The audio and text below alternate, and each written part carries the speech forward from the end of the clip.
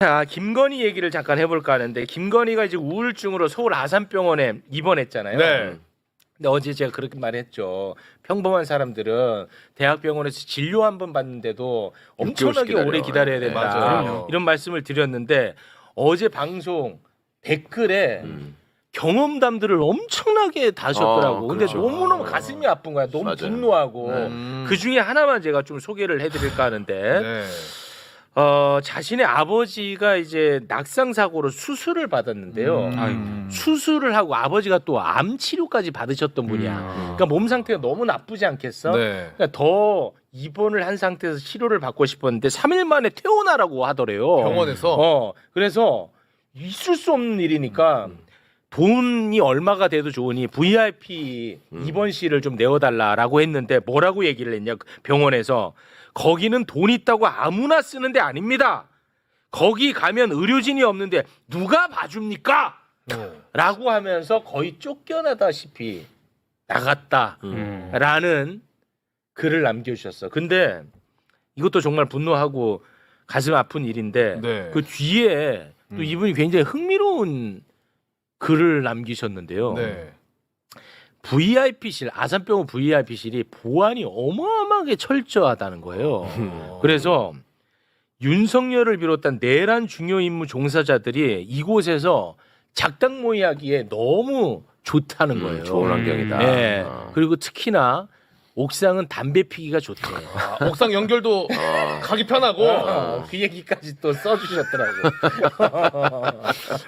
이렇게 써주셨네. 그러니까 병실도 비화 병실로 골랐구만. 비화병실. 아산병원 VIP실은 병실에서 옥상으로도 바로 나갈 수 있어 흡연자가 몰래 흡연하기도 좋다. 야.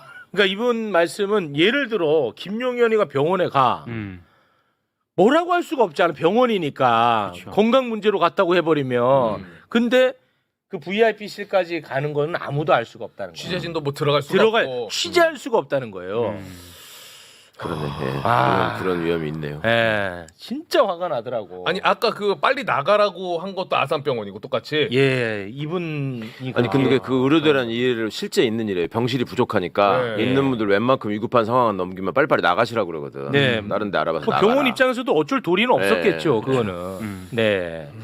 근데 이런 와중에 국민의힘 김대식이 의원은요. 네, 김대식이 의원이요. 성이 네. 김건희를 걱정해. 이 와중에도. 뭐라고? 그리고 김건희가 국무래.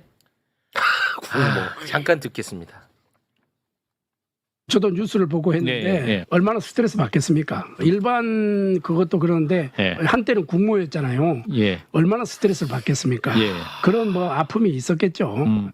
뭔 국무야. 한심하다, 한심해. 저런 사고 방식으로. 와. 저게 민주공화국의 국회의원이라고 예. 일반 그거라니 임마.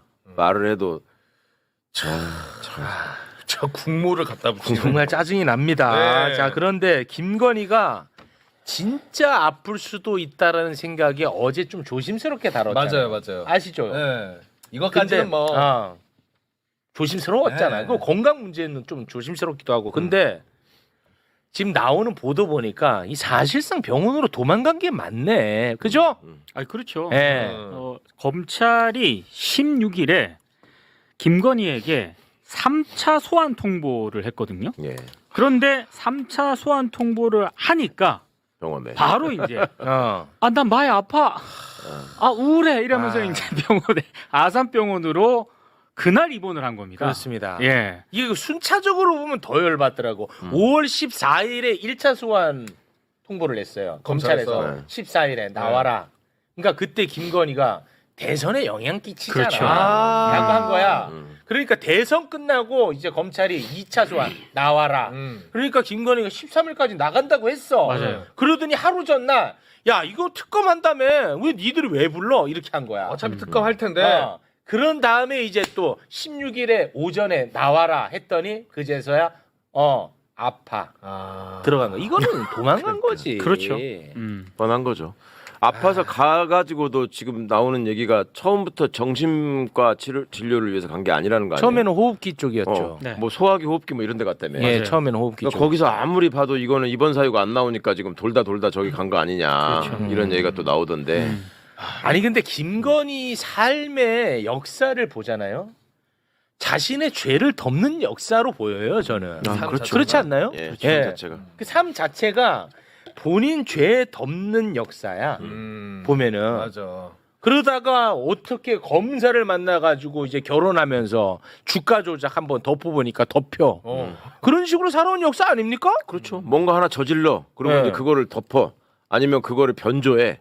그리고 거기에 대해서 시비 붙는 사람을 이제 검사랑 사귀면서 집어넣어. 뭐 이런 식으로 살았던 거죠. 그렇습니다. 그래서. 근데 좀 가만히 이번에 보면서 재미있다고 생각을 하는 게 이재명 대통령이 그 민주당 대표 시절 때 네. 테러 당했잖아요. 네. 네네네. 그때 언론 보도들을 제가 한번 쭉 봤거든요. 네. 그러니까 뭐 헬기 특혜, 아, 그렇죠. 지역 의료를 뭐 비하했다. 네. 이 기사가 아직도 검색을 해보면 어마어마하게 나옵니다. 테러를 당한 야당 정치인인데 테러가 아니라 죽을 뻔했지. 그렇죠. 근데 그걸 가지고 특혜 논란을 네. 엄청나게 심지어 제기했거든요. 이번 대선 기간에 또 나왔습니다. 또 나왔어요. 네. 심지어 토론에서도 별로 다치지도 않았다 이런 식으로 예. 올리고. 아니, 또 나왔어요 이번에도. 근데 김건희 같은 경우에는 이번에 정말 말도 안 되게 어떻게 아산병원을 저렇게 바로 입원을 할 수 있나? 완벽한 그러니까 특혜죠. 정말로 이거야말로 특혜 의혹을 제기할 만한데 네. 와 그러네. 기가 막히게 특혜 없죠. 의혹을 제기하는 언론이 없어요. 없어. 매불쇼 하나야. 그러네. 네. 매불쇼 하나고 한두 군데 있긴 하더라고. 한두 군데 정도. 아니 그 정도가 아니야. 저기 김혜경 여사한테 꼭 여사를 호칭을 붙여야 되냐 맞아요. 이런 식으로 또 하더니 맞아요. 김건희는 다 여사야. 지금도. 네. 무조건. 세상이 이게. 진짜 쉽지 않아. 그러니까 저는 그 또 하나 이제 의심병 같이 저도 이제 심하니까 이거 그렇게 볼 수는 없어요. 검찰에서 아니 이번 언제 하래요? 해가지고 아유 16일 날쯤 할 수 있다 그러네. 그럼 우리가 오전에 출석 통보하겠다. 아, 그건 아닐 거야. 아닐 거예요? 아, 왜냐하면 우리 지금 검찰은요 쇼를 하고 있어요. 안 그래도 내가 그 얘기 하려고 하는 거야. 그래요? 그래서 나는 검찰이 더 싫은 거야. 지금 쇼하고 있어. 검찰은 무슨 쇼를 하냐? 우리 수사 잘하지. 우리 수사 잘하지. 맞아요. 네. 특검 너네보다 우리 더 잘해. 이거 보여주는 것 같아요. 제가 볼 때. 그리고 우리 할 만큼 한다 열심히 하고 있다 예. 이런 거 하려고. 그 얘기를 좀 한번 해볼까 합니다. 네. 검찰 쇼. 네, 이제서야 검찰에서 수사 성과를 내는 듯한 보도 쏟아지고 있거든요. 서울중앙지검이 2024년 10월에 김건희 도이치모터스 주가 조작 혐의 털어줬죠. 네. 깔끔하게 털어줬습니다. 털어준 애들 다 도망갔죠 지금. 네. 근데 여기에 대해서 최초 고발자 또 최강욱 나와. 최초 고발자 최강욱이 뚜껑이 날아가서 털어주는 거 보고 최초 고발자니까 네. 뚜껑 날아가가지고 나 못 참겠다 해서 항고했습니다. 그런데 검찰이 이것을 받아들여서 서울고검에서 재수사를 이제 시작한 거야. 재수사 시작합니다. 네. 근데 이것도 또 열받아. 윤석열이 딱 파면이 되니까 파면이 되고 나서 검찰이 미래에셋을 압수수색을 했는데 그동안에는 한 번도 나오지 않았던 김건희의 육성 녹음 파일이 수두룩하게 나온 거야. 이제서야. 파면 되고 나니까 글쎄 말이야. 와 돌아버립니다. 그럼 이전에 수사할 때는 미래에셋 자체를 안 갔던 거예요? 아예 안 갔어요. 안 갔대요. 그때 이미 우리가 그 얘기를 했거든. 네, 지금, 했었어요. 동부만 저기 할 게 아니라 미래에셋에 사람 시켜가지고 계속 저기 했다는 게 흔적이 다 나갔어 기록에. 그렇습니다. 그러면 거기를 털어야지 왜 안 가냐? 그러니까 네. 거기는 뭐 직접 한 것도 아니고 갈 만한 저기 영장이 안 나올 거래. 거기다가 하면 나쁜 놈들이야 나쁜 진짜. 놈들이야. 진짜 나쁜 놈들이야. 김건희가 주가 조작을 미리 알았을 가능성을 보여주는 증거라고 해가지고 어제 대대적으로 보도가 됐어요. 근데 이게 뭐 언론사마다 뭐 단독 달고 나왔는데 단독 아닙니다. 그래요? 동시다발적으로 다 뿌린 거야. 내가 볼 때는 그렇죠, 검찰이. 그래서 여기저기서 나온 여기저기서 거구나. 나온 거야. 뉴스마다 다 나왔는데 지가 다 단독이래. JTBC 뭐 다 나오더라고. 그렇습니다. 그러니까 이거 검찰의 언론 플레이로 봐야 되는 거죠. 자 그러면 어찌 됐던 뭐 이 내용도 중요하긴 하니까 녹음 파일의 내용 잠깐 살펴볼까요? 이 김건희 그 계좌를 관리하던 증권사 직원이 있지 않습니까? 그 직원하고 김건희가 이제 통화를 하는 내용인데 거기 보면 김건희가 이렇게 얘기를 해요. 블랙펄에 계좌를 맡기고 40%의 수익을 주기로 했어요. 거의 반띵을 주네. 이 반띵이야. 그리고 야 이거는 그러니까 여기 이제 요 다음 대화도 있긴 한데 뭐냐면 계좌 관리자 측이 수익금 배분을 너무 세게 요구해. 뭐 이런 취지로도 얘기를 하는 거예요. 그러니까 그런 내용들이 이번에 파일에 이제 확보를 한 겁니다. 검찰이. 이 얘기는 무슨 얘기냐면 자기 계좌가 주가 조작에 이용되고 있다는 걸 김건희가 알고 있었다는 얘기죠. 그럼요. 미쳤다고 40%. 그러니까요. 40%를 왜 주냐고요. 그런 그리고 그 미등록 투자 자문회사 네. 블랙펄 아시죠? 블랙펄의 직원의 컴퓨터에서 김건희 파일 나온 건 알지? 엑셀 파일. 엑셀 파일 알지? 네. 근데 이번에 그 통화 녹취를 봤더니 김건희가 증권사 직원에게 그 엑셀 파일을 넘긴 다음에 그 파일에 대한 이야기도 막 하더랍니다. 그렇죠. 김건희가. 그러면은 설명을 해. 다 알고 있다는 거야, 김건희는. 근데 이게 이제서야 나온다. 그리고 그 미래에서 직원도 가서 진술했다는 거 아니에요. 내가 보니까 거기 다 가담해서 함께하는 것 같더라. 예, 맞습니다. 그렇게 얘기 다 했다는 거잖아. 네. 그러니까 손바닥으로 하늘을 가리려고 해도 앵간해야지. 저게 다행히 지금 그 전에 제도를 바꿔놔가지고 주식 매수하는 과정에서 증권사 직원하고 얘기하는 게 자동 녹음이 돼가지고 다 저장이 되기 때문에 그렇습니다. 그거를 지금 따온 건데 네. 그거를 몰라서 안 갔겠냐고요. 아휴. 가서 따오면 큰일 나니까 안 갔지. 그 동안에. 그 미래에서 또 가만히 있었네. 미래에서는 그렇지. 가만히 있고 아. 검찰은 거기는 안 가고 근데 파면 되자마자 거기 가고 가고. 그리고 특검 출범하자마자 언론 플레이 하고 근데 뭐라고 하는지 알아? 검찰이 언론 플레이 한 다음에 뭐래요? 지금 특검 출범하기 직전이잖아. 그렇죠. 근데 이거 우리가 지금 수사 잘하고 있으니까 이거 우리가 기소하겠다는 거예요. 아, 그래요? 특검이 기소하는 게 아니고 지들이 기소하겠대. 이거 도이치 관련해서 그러니까 이게 보도가 좀 자세히 보니까 기소하겠다라고 확실히 얘기하는 게 아니라 특검 이 출범 전에 우리가 이거를 기소를 할 수도 있다 네. 이런 식으로 이제 그렇습니다. 얘기를 했더라고요. 예. 그러니까 이게 약간 제가 봤을 때 여론 떠보면서 간 보는 것 같다는 생각이 들어요. 그래서 그렇죠. 나는 이거를 세게 욕을 해야 된다는 맞아요. 거예요. 예. 그래야 얘네들은 못합니다. 맞습니다. 예. 얘네가 만약에 이거 기소하잖아. 그럼 특검은 이 수사는 이제 하지 않고 공소유지만 합니다. 그렇지. 하지만 이제 다행인 건 뭐냐? 김건희 특검에 김건희 관련한 수사를 막은 검사들 있지. 네. 그거는 수사할 수 있게 되어 있어요. 아, 막은 예, 막은 것들. 맞아. 이런 거는 가능합니다. 네. 예. 그러니까 먼저 기소를 해버리면 그 수사를 받을 때 명분이 생기는 거예요. 그때 수사했던 자료들을 다 바탕으로 해가지고 기소가 됐으니까 검사가 업무를 약간 놓치는 건 있을지 몰라도 직무를 완전히 유기하고 안 해버린 건 아니지 않냐 뭐 이런 식으로 하려고 네. 그런 논리를 미리 깔아놓는 그게 있는 거예요. 그거야. 기소를 안 한 걸로 끝난 게 아니라 하지 않았냐 이렇게 하려고 그러는 거죠. 실력이 부족한 게 죄냐? 그 논리 때문에 그러는 거예요. 정말 아니 그러면 어찌 됐든 간에 그 최소한 그 지난 2024년 10월에 그 털어줬던 애들 그 3인방 있지 않습니까? 그렇죠. 예. 걔네들은 처벌해야죠. 해야죠, 그 해야죠. 3인방 네. 얼굴 봐야지. 이창수, 어. 조상원, 최재훈이 이창수, 조상원이는 지금 나가 있고 예. 최재훈이는 아직 남아 있죠. 네. 맞죠, 얘네들? 네, 맞습니다. 얘네들은 처벌 받아야 돼. 얘네들은 김건희 특검에서 수사할 수 있습니다. 있습니다. 그렇죠. 예. 야, 저것도 보면 이창수도 원래 올라올 감이 아닌데 전주지검에서 윤석열이 그렇죠. 올려보내가지고 다. 아까 군인이랑 비슷한 거네 또. 수사나 다 똑같은 거야. 보람된다. 보람돼. 와, 속속들이 기억나네. 수사나 보람돼. 보람돼.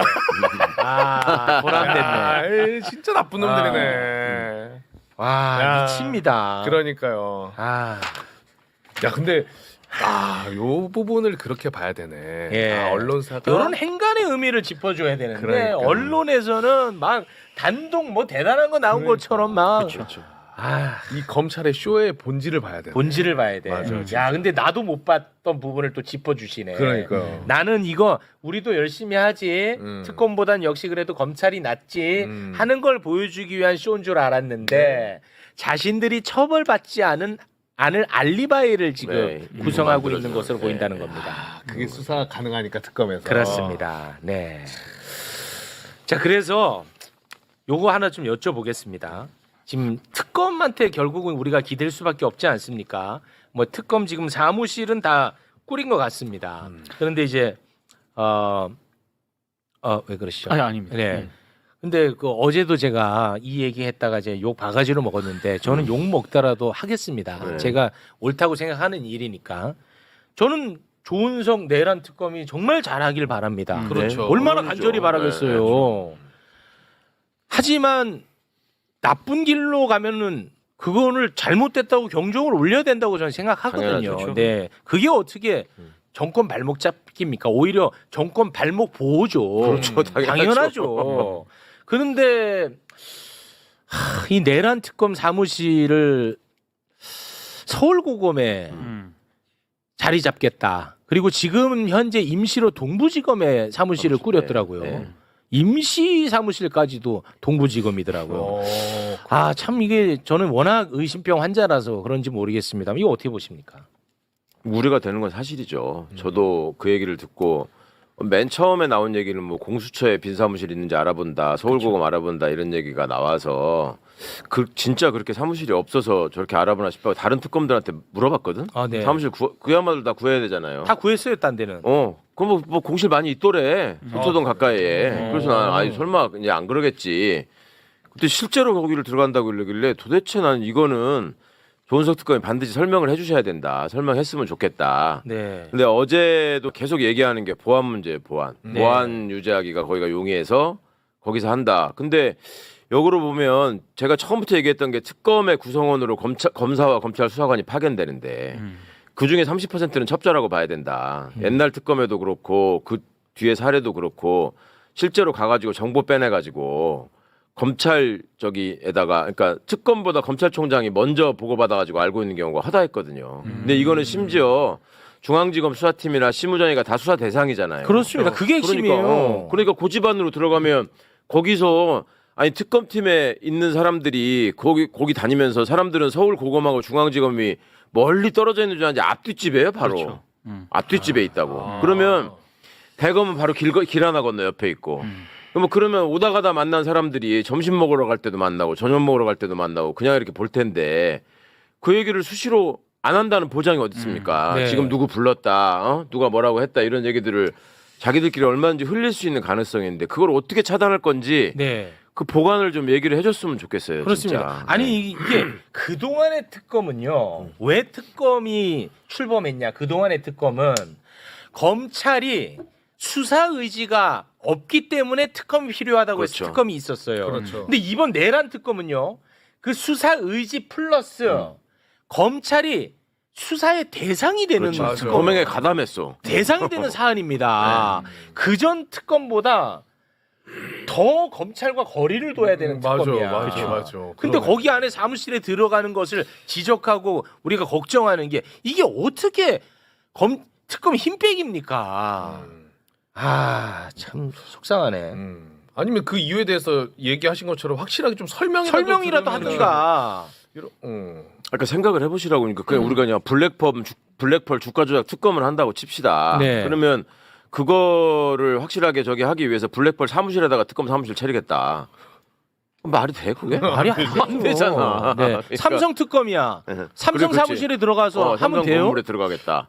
거기 있으면서 신속하게 삼성 서류를 가져오는 게 필요해서 그렇게 한다. 네. 아니잖아요. 그거. 저는 그건 아니라고 봅니다. 그러니까 최상병 특검 사무실도 서초동 빌딩인데 여기서 한 그 중앙지검 고검에서 한 200m 정도 떨어져 네, 네. 있다 그러더라고요. 그걸 맞아요. 그러니까 주변에 찾으면 찾을 수 있다라고 하고 김건희 특검 사무실도 KT 광화문 그쪽에 리모델링 해가지고 공실이 되게 많대요. 네. 그래서 보안이라든가 이런 것도 굉장히 잘 할 수 있을 것 같다라고 얘기하는데 찾으면 찾을 수 있는데 저도 굳이 내란 특검은 상당 부분 이게 검찰이 수사 대상이 될 수밖에 없는데 네. 왜 하려고 할까? 근데 그게 설명이 언론 보도에도 잘 안 나오는 것 같아가지고. 네. 예. 아니 계속 보안 얘기만 한다니까. 보안 얘기. 조은석 특검 예. 자체가 비용과 보안 얘기를 하더라고요. 예, 예. 비용과 보안 얘기. 근데 비용은 예산으로 어차피 다 그러니까요. 지원하게 해주게 돼 있어서. 네. 자, 그리고 우리가 윤석열이라고 하는 아픈 기억이 있기 때문에 우리가 이거를 더 얘기하는 거 그쵸. 아닙니까? 맞아요. 지난 특검에 윤석열이가 거기 들어갔었잖아. 그러다가 윤석열이라고 하는 괴물이 탄생한 거 아닙니까? 그렇죠. 예. 저는 뭐 좀 앞에 계신데 이런 얘기해서 좀 죄송하지만 저는 최강욱 의원을 향하는 비판 중에 가장 그나마 타당한 비판은 너 민정에 있을 때 윤석열 검증 제대로 안 해? 왜 안 했냐? 나는 이게 가능한 비판. 죄송합니다. 아니 그나마 타당한 비판이야 논리적으로. 네. 그 근데 정도는 뭐. 그렇게 비판하는 사람이 또 이번에는 조은석 건드리지 말래. 이 어떻게 모순적인 의견이 있을 수 있습니까? 세워놓고 죄송합니다. 그냥 내가 싫은 거지 뭐 그걸 무시해 해서 그래. 죄송합니다. 네, 아무튼 그렇습니다. 네. 네. 그러나 조은석이 보란 듯이 기가 막힌 성과 내줘. 너무 좋지. 대한민국 최고의 특검으로 가지 그러면. 그렇습니다. 네. 아니 그러면 부모가 아들한테 차 조심해라고 하는 게 출근길 힘빼기입니까? 그러다가 사고 안 나면 좋은 일이지. 그렇지.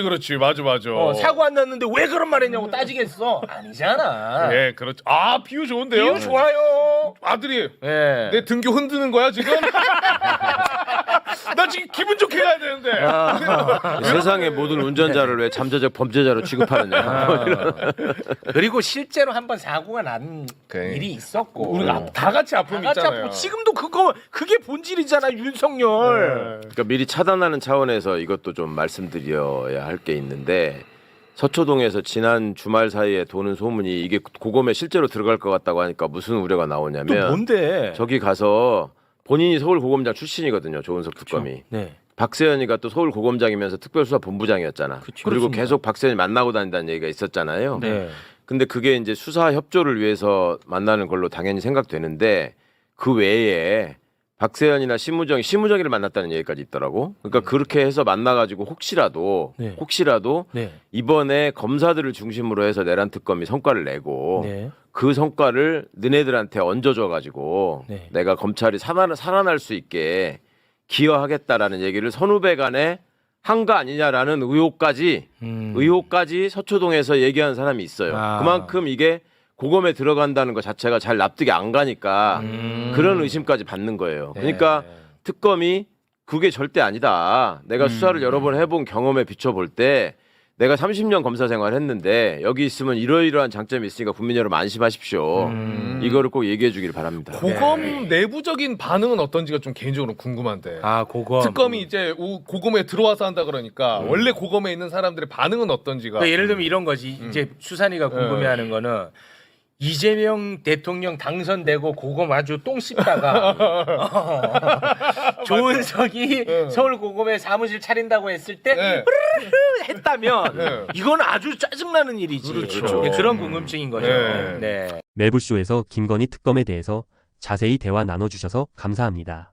김건희 특검에서 반드시 사형을 응원한다면 좋아요, 구독 꾹 눌러주세요. 진실의 뉴스를 전달하는 데에 큰 힘이 됩니다. 감사합니다.